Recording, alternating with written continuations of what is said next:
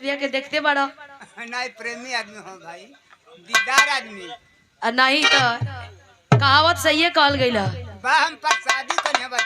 ना तो ढेर बोला मत न तो शुरू हो जाए ना तो उनकरा खातिर तो कुछो नहीं खा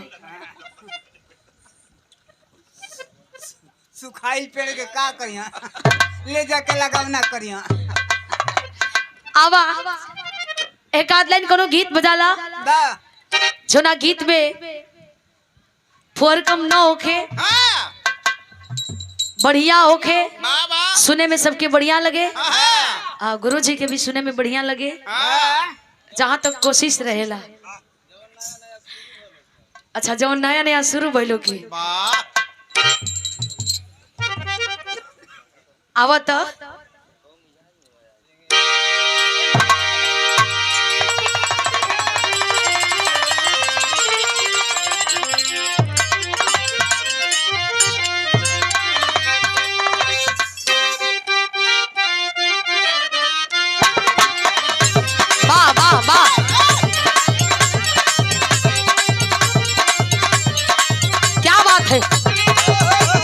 जब तक एगो दुल्हन बाड़ी एगो पतोहू बाड़ी तब तक तो बढ़िया से बीत जाई।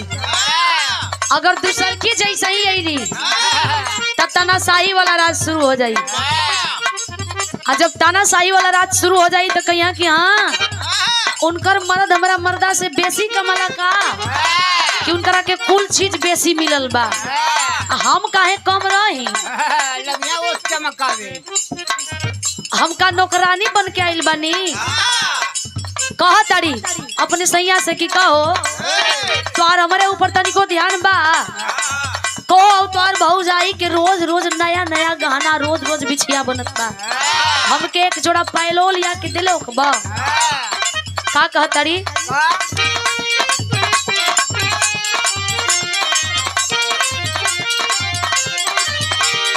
नया नया गहना गुड़िया पहनी के झमका गेले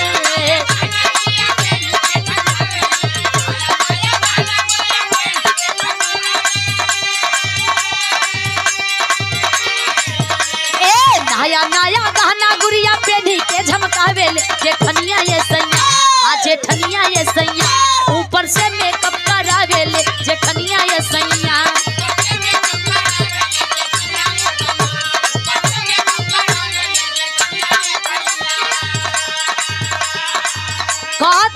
का कम सुनर बाड़ी कोई से लेकिन बाहर दादा हो दादा भाई ब्यूटी पार्लर पर पार्लर और रोज इनकर मसाज फेशियल होत बा और रोज रोज नया नया ब्रांड के इनकरा के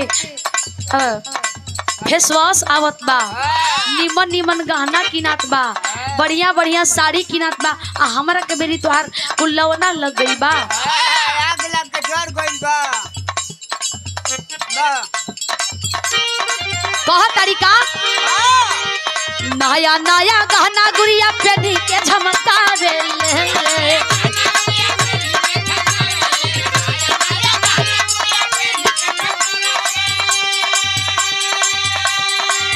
अरे नया नया गहना गुड़िया पहनी के झमका गेले जेठनिया ये सैया हाँ जेठनिया ये सैया ऊपर से मेकअप करावेले जेठनिया ये सैया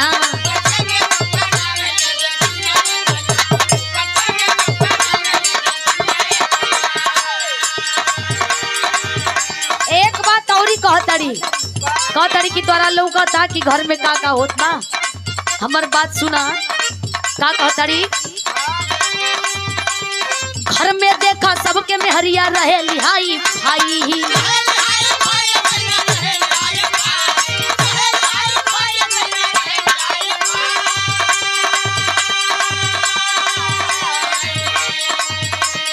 मन के बतिया मन में रहे करे लकवन कमाई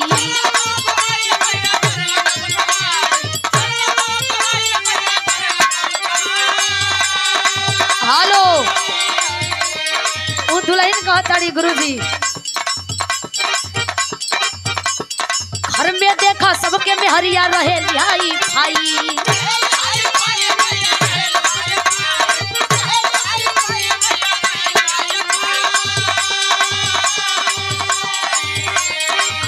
के बतिया मन में रहे करे कौन कमाई।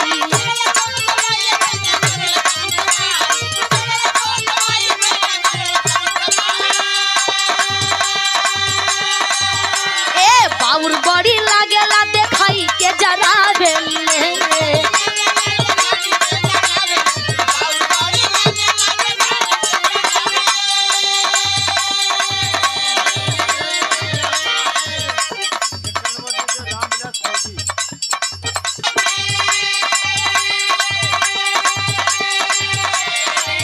ए हो बाउर बड़ी लागेला देखाई के जरा बेले। जेठनिया ये सैया जेठनिया ये सैया ऊपर से मेकअप करा देल। जेठनिया ये सैया ऐसे ना तब कैसे तनी भाव में वीडियो कॉल में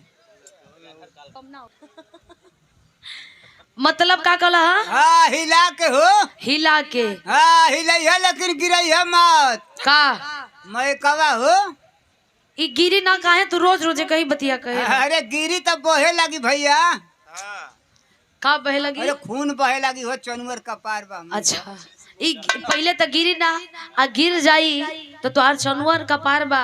ई थोड़े देखता हम देखता नहीं आदमी देखता रन। ई थोड़े देखता कि चनवर कपार पर हम गिरता नहीं। वही से ना पहले ही कह देते भैया सचेत रही है गिरे ना। अरे भैया हरका में पड़ गल में एक दिन फूट गई ला तो खाली कूलर का अब तू तेज हो जाई ना तो पता चली कि ये पलाटी से वो पलाटी चल गई ना। कल से जे लुड़िया नहीं जाए सबकर मन बा हिल डुल जाई भाई काहे की वीडियो में सब कोई देखले बा सबकर फरमाइश भी आ जाता। हो सभी का मन बा हिलवावे के। हां तब का जगह बना आज वीडियो बनता। आवा आवा भाई तनी मनी हो जा काहे की कलाकार मन हई तो हर कला में अपन कलाकारी दिखावे के चाहिए। नाचल गावन कोलो बुरा बात ना नाच गान एक दूसरे का पूरक हो और कलाकार के अंदर हर गुण होके के चाहिए। ये गुरु जी ही सिखावे नी हमन के जौन कुछ भी सीखे नहीं जा गुरु जी से ही सीखे नहीं जा। कैसे नया नया गाना गुड़िया। अच्छा तो केकरा केकरा घर में ई उपद्रव होला लगभग सभी का घर में होत हुई। कोई भले डर के मारे कहे ना कि डर के मारे ऐजा तो कह दे घरे जाई तो फिर महेश भैया घरे ना होला बतावा वो अपन परेशानी बता दल। जेकरा घरे दूगो गोती रे यहां होबे करी है ना तू जाना तड़ा कैसे भैया नया नया गाना गुड़िया पे के झमका देले।